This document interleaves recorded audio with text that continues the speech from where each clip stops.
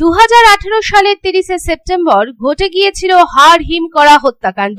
কুলটি থানার লালবাজার কোড়াপাড়ার বাসিন্দা হারু কোড়া করেছিলেন তার স্ত্রীকে খুন। স্ত্রীকে নৃশংসভাবে খুনের দায়ে 7 বছর পর ধৃত স্বামীর সাজা ঘোষণা করল আসানসোল আদালত। জানা যায় 2018 সালের 30 সেপ্টেম্বর কুলটি থানার লালবাজার কোড়াপাড়ার বাসিন্দা হারু কোড়া তার স্ত্রী সন্ধ্যা কোড়াকে প্রতিনিয়ত অত্যাচার করত, এমনকি তাকে খুনেরও হুমকি দিত।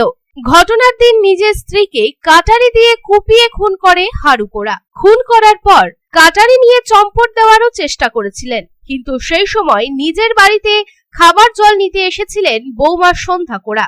তখনই তিনি শ্বশুরকে রক্তমাখা অস্ত্র হাতে নিয়ে পালাতে দেখেন। বাড়িতে ঢুকে দেখেন শাশুড়ির রক্তাক্ত দেহ।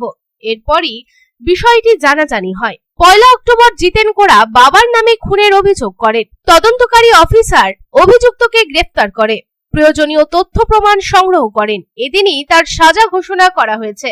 তারপর 23 সেপ্টেম্বর 2025 অর্থাৎ মঙ্গলবার আসানসোল আদালতের জেলার জজ দেবপ্রসাদ নাথ এই সাজা ঘোষণা করেন।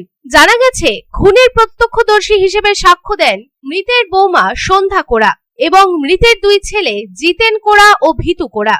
2 ছেলে বৌমা সহ মোট 15 জনের সাক্ষ্য গ্রহণের পর তথ্য প্রমাণ খুঁটিয়ে দেখেন বিচারক। অভিযুক্তের যাবজ্জীবন সাজা ঘোষণা করেন, সঙ্গে 25,000 টাকা জরিমানাও করা হয়েছে।